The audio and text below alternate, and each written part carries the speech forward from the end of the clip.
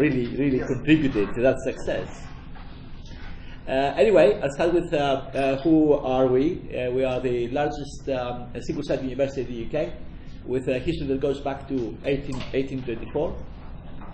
The strategic vision for 2020 of the University of Manchester is to become one of the top 25 research universities globally, with three main goals: world-class research, outstanding learning and student experience. We do give a lot of emphasis to our teaching and make sure that our students benefit and they get a good experience during their studies here.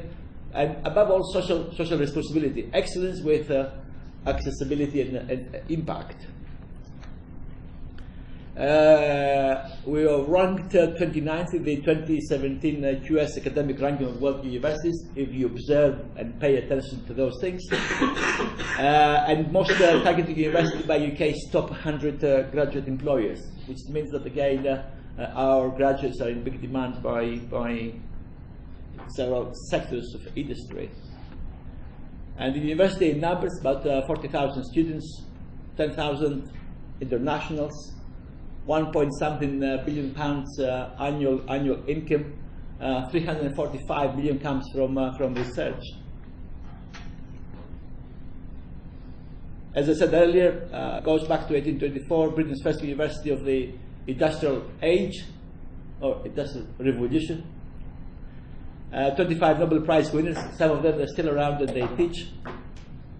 Rutherford split the atom not at the University of Cambridge but Manchester. For those that are aeronautical people, Reynolds was here at the University of Manchester, and still we have his apparatus with Reynolds number, and still gives some very good results, sometimes better than CFD. Do we have any CFD people here? First programmable computer, and of course the Nobel Prize in Physics in 2010. The university consists of three faculties, Faculty of Science and Engineering, so we are part of the FSC. It's the largest faculty and the most successful of the university, with over 11,000 students, 4,000 internationals, so we have students from 150 different countries. Who can name 150 countries? Wow, that's a big number.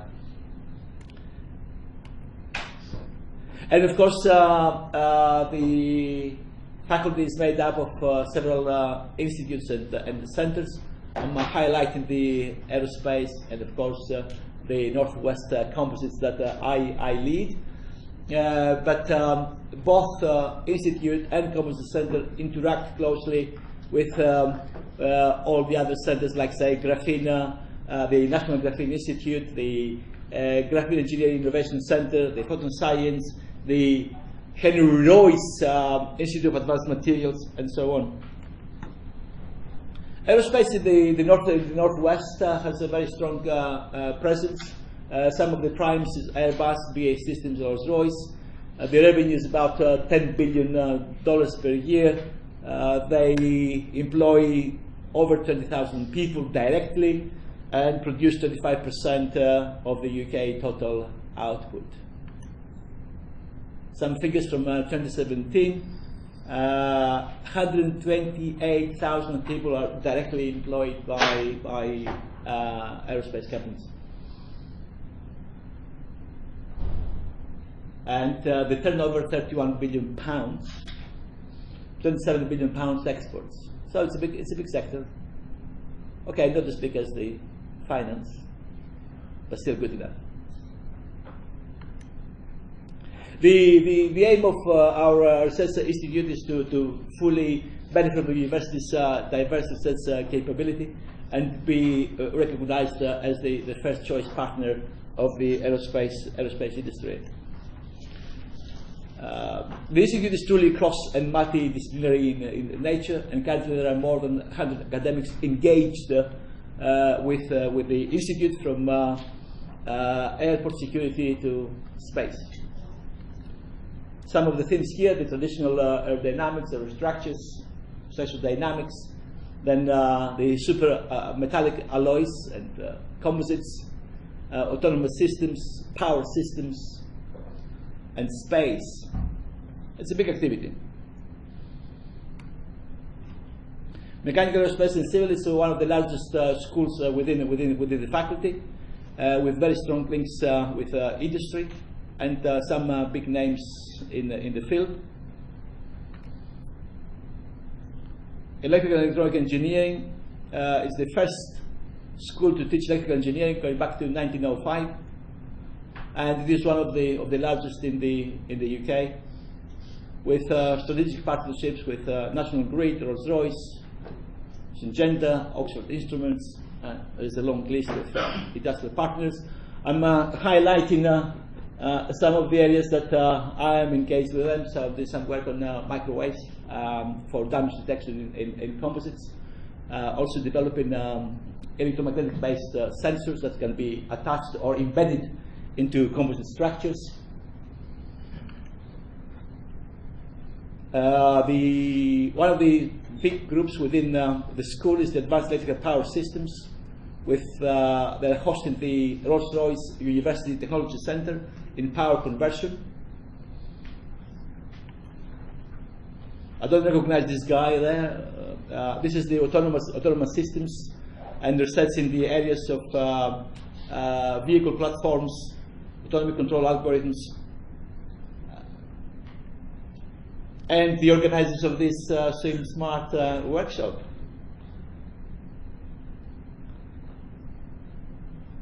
Probably you will hear some of these stories today and probably the next couple of days. Algorithms that enable those systems to go around buildings and develop maps and send them back remotely to your tablet.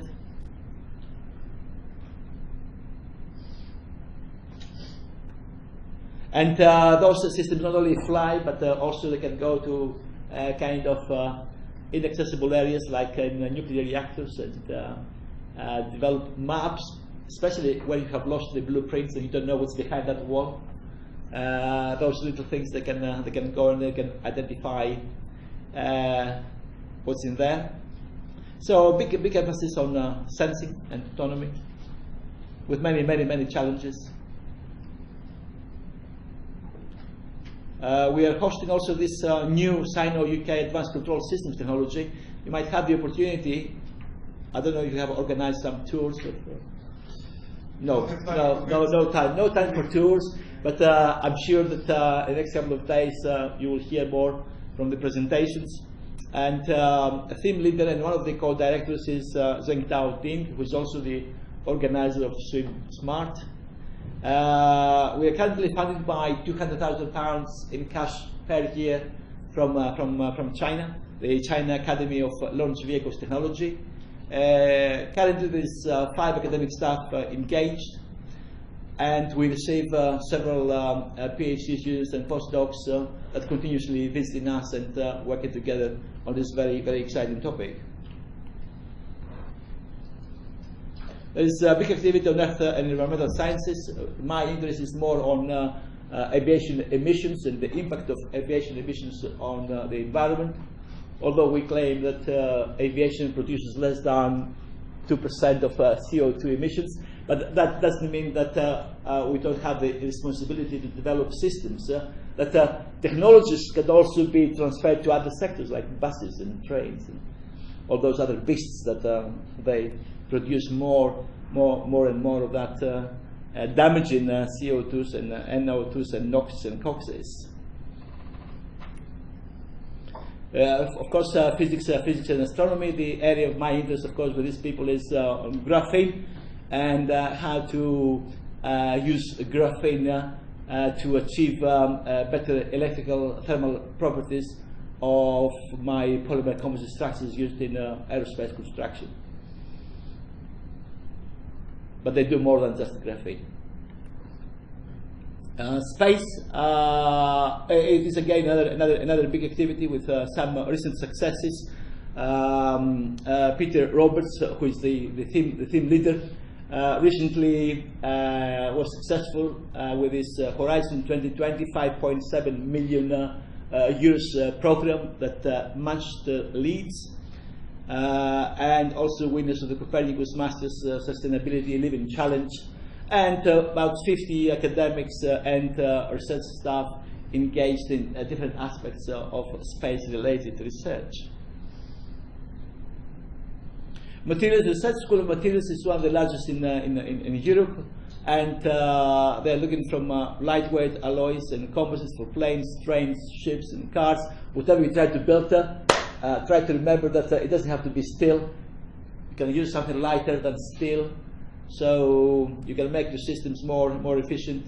To high temperature materials for jet engines and power generation, to electronic ceramics and polymers, to biomedical materials and implants and tissue engineering.